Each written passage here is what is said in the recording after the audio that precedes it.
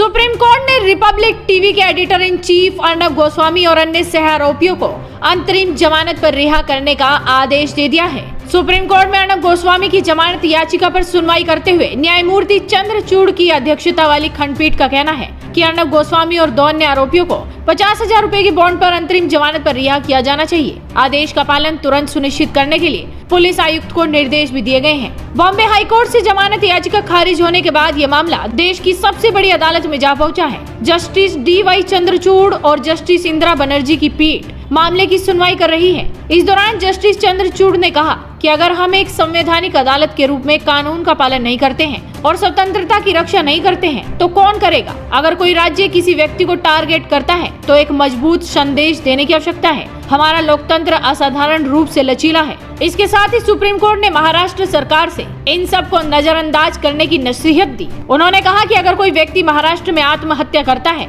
और सरकार को दोषी ठहराता है तो क्या मुख्यमंत्री को गिरफ्तार किया जाएगा। अर्नब की ओर से वरिष्ठ वकील हरीश साल्वे पैरवी कर रहे थे। अर्नब की जमानत याचिका पर बहस के दौरान हरीश साल्वे ने कहा कि द्वेष और तथ्यों को अनदेखा करते हुए राज्य की शक्तियों को दुरुपयोग किया जा रहा है। इस मामले में मई 2018 में FIR दर्ज की गई थी। दोबारा जांच करने के लिए शक्तियों का गलत इस्तेमाल किया जा रहा है। आपको बता दें कि एक सुसाइड केस में बीते दिनों अर्नब गोस्वामी को गिरफ्तार किया गया था। इसके बाद महाराष्ट्र पुलिस ने उन्हें अलीबाग कोर्ट में पेश किया था। कोर्ट ने अर्नब को 14 दिनों के लिए न्यायिक हिरासत में भेज दिया था। उन्हें अलीबाग क्वारंटाइन सेंटर में रखा गया और फिर 8 नवंबर को तलोजा जेल में शिफ्ट कर दिया गया। जहां जाते वक्त अर्नब ने चिल्ला कर कहा था कि उनकी जान को खतरा है, उन्हें जेल में यातनाएं दी जा रही हैं। मैं भारत की जनता को कह रहा हूँ, मेरे जान को खतरा है। इन्होंने कहा कोई लॉयर से बात नहीं होगी, कुछ नहीं होगी। मैं रिक्वेस्ट कर रहा हूँ आप लोगों से, ये मेरे साथ बहुत जुल्म हो रहा है। इन्होंने मुझे घसीटा, सुबह रात को ही इधर जेल में लाने की कोशिश की। इसके साथ ही आपको बता दें कि अलीबाग पुलिस अर्नब की